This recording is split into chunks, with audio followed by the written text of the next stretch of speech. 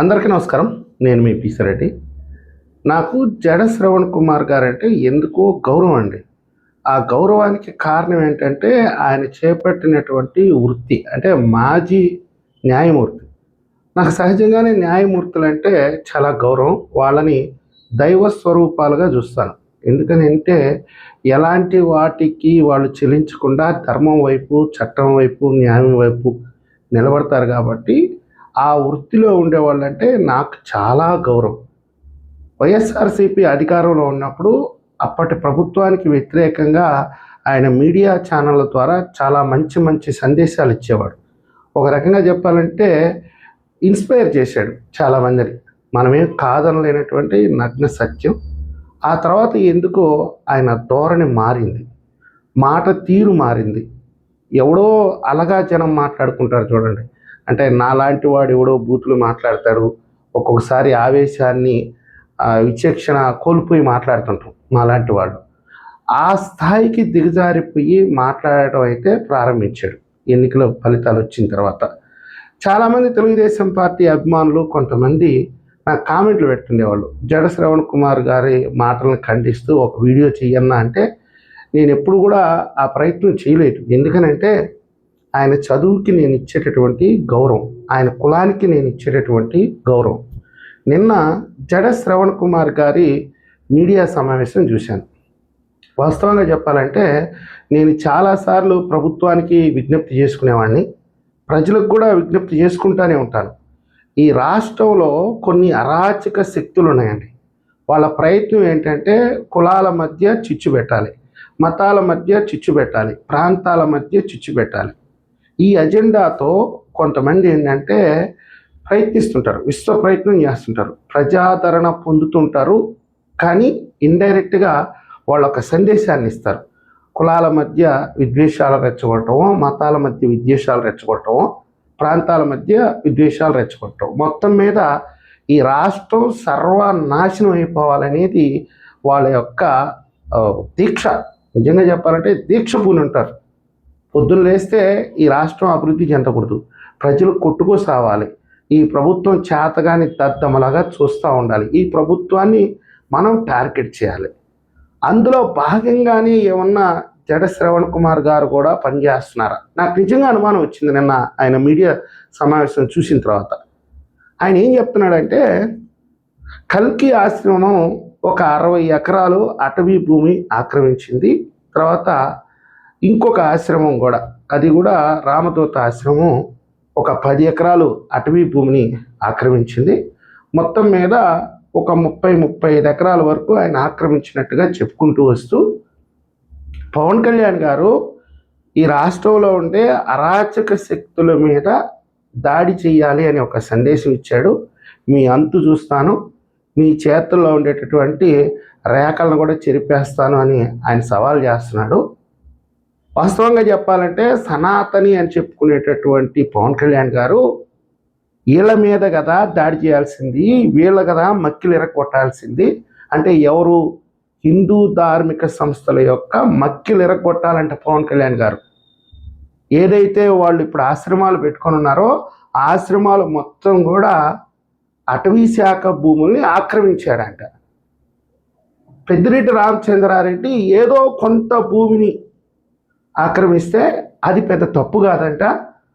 దాన్ని చూపించడం కోసం హెలికాప్టర్ వేసుకొని ఆయన ఫోటోషూట్కి వెళ్ళాడు పవన్ కళ్యాణ్ గారు అని ఈయన చెప్తున్నాడు.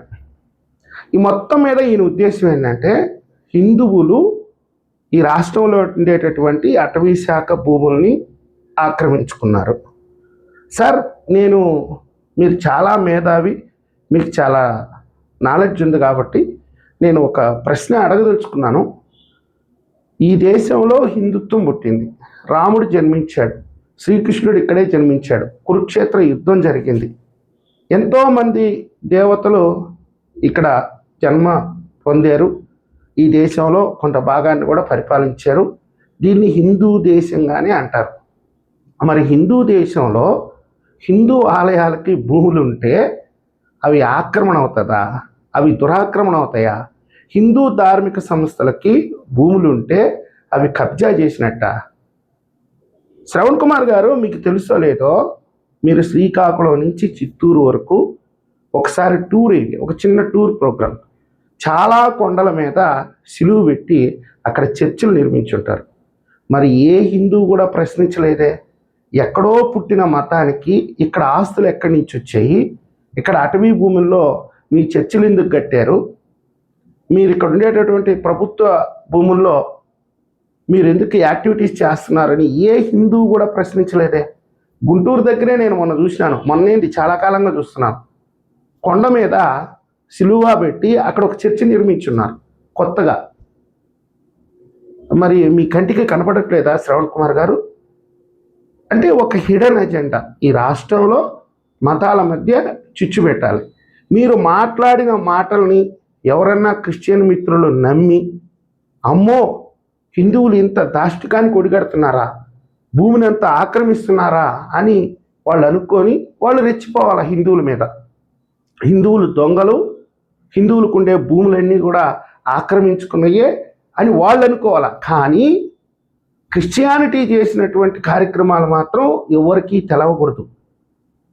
ఒకవేళ నాలాంటి వాడు ప్రశ్నిస్తే దాడి చేయాల, ఎదురు దాడి చేయాల.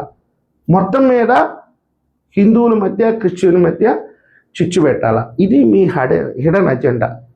ఎంతకి దిగజారిపోతారు సార్ మీరు? మీరు చదువుకున్న చదువు ఇదేనా? మీరు నేర్చుకున్న సంస్కారం ఇదేనా? మీ వృత్తి ధర్మం ఇదేనా? ఒకవేళ మ్యాజిస్ట్రేట్గా రిజైన్ చేశారనుకోండి, న్యాయవాదిగా ఉన్నారు, ఆ న్యాయవాది వృత్తి యొక్క ధర్మం ఇదేనా? నేను అడుగుతున్నాను. మిమ్మల్ని ఇప్పటికీ కూడా గురువు గారు అని పిలుస్తున్నాను నేను. గురువు గారు, మీరు ఒక్కసారి గుండెల మీద చేసుకోండి. ఈ హిందూ దేశంలో హిందూ ధార్మిక సంస్థలకు భూములు ఉంటే అవి కబ్జా చేసినాయా? ఎక్కడో పుట్టిన మతానికి ఇక్కడ భూములు ఉంటే అవి రిజిస్టర్డా? అవి వాల్యుబుల్లా? ఇది ఒక లౌకికవాద దేశం అండి. మేము అడగం, ఆ మతం వాళ్ళు ఇక్కడ ఉండొచ్చు, మత ప్రచారం చేసుకోవచ్చు, మేమేం కాదనట్లేదు. కానీ మీకెందుకండి ఇంత కుట్ర? ఎందుకు? ఎవరి దగ్గర వకాలతా పుచ్చుకున్నారు? ఎవరి దగ్గర నుంచి సొమ్ములు తీసుకుంటున్నారు? ఎందుకు ఈ రాష్ట్రంలో ఇలాంటి విద్వేషాలను రెచ్చగొట్టే ప్రయత్నం చేస్తున్నారు? ఒక ముఖ్యమంత్రిని, ఒక ఉప ముఖ్యమంత్రిని, ఒక మంత్రిని పట్టుకొని మెట్టుతో కొడతావా? మళ్ళీ అడుగుతున్నావు, మెట్టుతో అంటే ఏందో తెలుసా? చెప్పుతో అని. అంటే చెప్పుతో కొడతావా? ఏంటండి మీ స్థాయి? రాజ్యాంగబద్ధంగా ప్రజల చేత ఎన్నుకోబడినటువంటి ఒక ప్రజాప్రతినిధుల్ని చెప్తూ కొడతావా నువ్వు? ఏ చట్టం నీకు ఆ హక్కు ఇచ్చిందండి? తప్పు ఉంటే, వాళ్ళు చేసే పొరపాట్లుంటే నువ్వు పోరాటం చేయి, ప్రజా పోరాటం చేయి, ప్రజల్లో తిరుగు. అంతేగాని చెప్పుతో కొడతాను అని చెప్పి ఒక యూట్యూబ్ ఛానల్లో కూర్చొని కొన్ని గొల్టీ లాంగ్వేజ్, పరమ దరిద్రమైన లాంగ్వేజ్. సిగ్గేస్తుందా నీకు? సిగ్గేస్తే వెళ్ళిపోండి దేశం వదిలిపెట్టి. ఎందుకు సిగ్గేస్తుంది మీకు? అంటే మీరు స్వేచ్ఛగా మాట్లాడగలుగుతున్నారు కాబట్టి. ఈ ప్రభుత్వం ఒక చేతగాని, నేను అనలేండి, నాకే చాలాసార్లు ఆత్మాభిమానం అనేది ఉంటుంది, చంపుకొని నిజంగా చెప్పాలంటే ఇలాంటి వ్యక్తుల కోసమా మనం పోరాటం చేసింది? నిజమేనండి, నిజంగా చెప్తున్నాను. ఇలాంటి వాళ్ళ కోసమా? ఇలాంటి సంఘ విద్రోహక శక్తులు ఈ రాష్ట్రంలో మతాల మధ్య చిచ్చు పెట్టాలి, ప్రాంతాల మధ్య చిచ్చు పెట్టాలి అని ఒక హిడెన్ అజెండాతో పనిచేస్తుంటే, ఇలాంటి వాళ్ళ మీద చర్యలు తీసుకోలేని ఇలాంటి వ్యక్తులకే మనం ఓటేసింది అని ఎన్నోసార్లు ఆత్మపరిశీలన చేసుకొని సిగ్గుతో తలదించుకోవాల్సినటువంటి పరిస్థితి వస్తుందండి. జడ శ్రవణ్ కుమార్ గారు, మీలాంటి వాళ్ళ వల్ల. మాట్లాడేటప్పుడు నోరు కొంచెం అదుపులో పెట్టుకొని మాట్లాడండి. మీరు ప్రజల తరపున పోరాడుతున్నారా, ఒక మతం తరపున పోరాడుతున్నారా, లేకపోతే సమాజంలో విద్వేషాలు రెచ్చగొట్టడానికి ఒక ప్రయత్నం చేస్తున్నారా, లేకపోతే ఎవరి తరపున వకాలతా పుచ్చుకొని? మీ మాటల్లోనే మీరు అనేక సందర్భాల్లో చెప్తున్నారు, పొరపాటున రేపు 2029లో జగన్మోహన్ రెడ్డి గారు ముఖ్యమంత్రి అయితే, అందులో నేను ఎమ్మెల్యే అయితేనో మంత్రిని అయితేనో ఈ రాష్ట్రంలో తెలుగుదేశం పార్టీ వాళ్ళు ఏమైపోతారో నాకే తెలియదు. ఇదేనా మీకు రాజ్యాంగం చదువుకున్నది? ఇదేనా మీరు చదువుకున్న చదువులో మీకు నేర్పించింది? అంటే ఎవడన్నా ముఖ్యమంత్రి అయితే అవతల పార్టీ వాళ్ళని సమూలంగా నాశనం చేయాలన్నా? అంటే ఎవడన్నా ఒక అధికారంలోకి వస్తే అవతల పార్టీ వాడిని కంప్లీట్గా నాశనం చేసేయాలన్నా, లేపేయాలన్నా? ఇదేనా మీ చదువు నేర్పించింది మీకు? ఇదేనా మీ ఎజెండా ఈ రాష్ట్రంలో? ఎవరిని రెచ్చగొడుతున్నారండి మీరు? రౌడీ ముఖం రెచ్చగొడతారా? ప్రజాస్వామ్యవాదులు నాశనం అయిపోవాలా? లౌకికవాదులు నాశనం అయిపోవాలా? ఇది అర్థం చేసుకోలేనంత మూర్ఖులమైతే మేము కాదు సార్. కానీ ఎందుకు అన్నీ అదుపులో పెట్టుకొని ఇప్పటికీ మిమ్మల్ని గౌరవంగా మాట్లాడుతున్నామంటే, మారతారు, ఆలోచిస్తారు.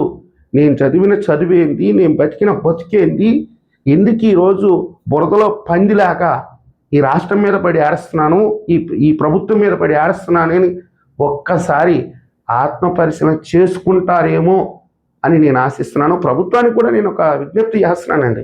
ఈరోజు మిమ్మల్ని చూసి ఎవడు భయపడట్లేదండి.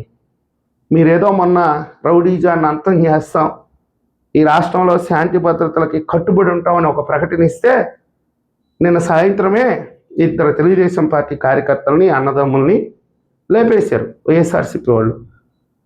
సో మీరు సవాలు విసిరినంత మాత్రాన ఇక్కడ ఉండేటటువంటి అసాంఘిక శక్తులు ఏవి కూడా భయపడే పరిస్థితి లేదు. ఎందుకంటే మీరు మాటలో చెప్తున్నారు కానీ చేతలో చూపించట్లేదు.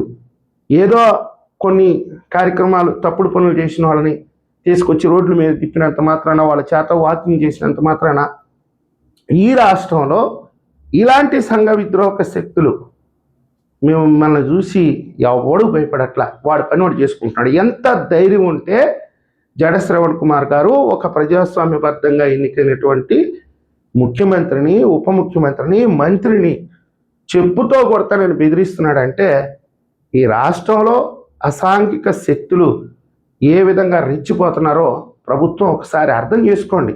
మేము ఏమీ చెయ్యలేని నిస్సహాయ స్థితిలో కమ్ముగా తడిగొట్టేసుకొని కూర్చొని ఉన్నామండి. ప్రభుత్వానికి కూడా చెప్తున్నాం.